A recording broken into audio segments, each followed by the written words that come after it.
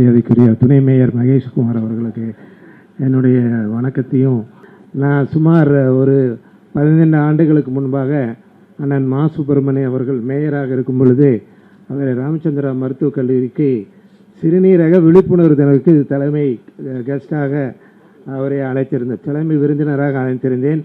அன்றைக்கு ஏன் இதை சொல்கிறேன் என்றால், அவரை சென்று சந்திக்க வேண்டும் என்றால் நான் 2 நாள் ஆகும். இந்த மாதிரி அக்கேஷனில் அவர் காதில் போட்டு அவர் செஞ்சுருவார்.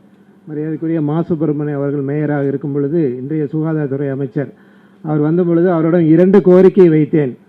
மாநகராட்சியின் சார்பில் ஆங்காங்கே பெரிஃபரல் டயாலிசிஸ் சென்டர் ஆரம்பிக்கணும்னு சொல்லி, உதாரணத்துக்கு தாம்பரத்துலேருந்து ஒரு பேஷண்ட் டயாலிசிஸ்க்கு வரணும், ஜிஹெச்சுக்கு வரணும், ஸ்டான்லியிலேருந்து ஒருத்தர் வரணும்னா கும்மிடிப்பூண்டிலேருந்து வரணும், சிரமப்படுவோம். அங்கங்கே மண்டல அலுவலகத்தில் டயாலிசிஸ் சென்டர் ஆரம்பிக்கணும் அப்படின்னு சொன்னேன். நான் சொன்னேன், இது முடியுமா டாக்டர்னு கேட்டார். முடியும், சிங்கப்பூர்லலாம் அப்படி தான் இருக்குது, சேட்டலைட் சென்டர்னு சொல்லுவோம், வாக்கின் டயாலிசிஸ் சென்டர், நேராக வந்துட்டு டயாலிசிஸ் பண்ணிட்டு போனோம். அதே மாதிரி மாநகராட்சி பள்ளியில் ஏறத்தால் ஒரு ஐ திங்க் 2 லட்சம் ஸ்டூடெண்ட்ஸ் படிக்கிறாங்கன்னு நினைக்கிறேன். அவங்கள எல்லாருக்கும் சிறுநீர் பரிசோதனையை கட்டாயமாக உறுதியாக ஒவ்வொரு ஆண்டும் செய்ய வேண்டும் என்று சொன்னேன். ஏனென்றால் இந்த பண்ணுவதன் மூலமாக அவங்களுக்கு ஆரம்ப காலத்திலே அதை கிட்னி ப்ராப்ளத்தை டயக்னோஸ் பண்ணலாம்.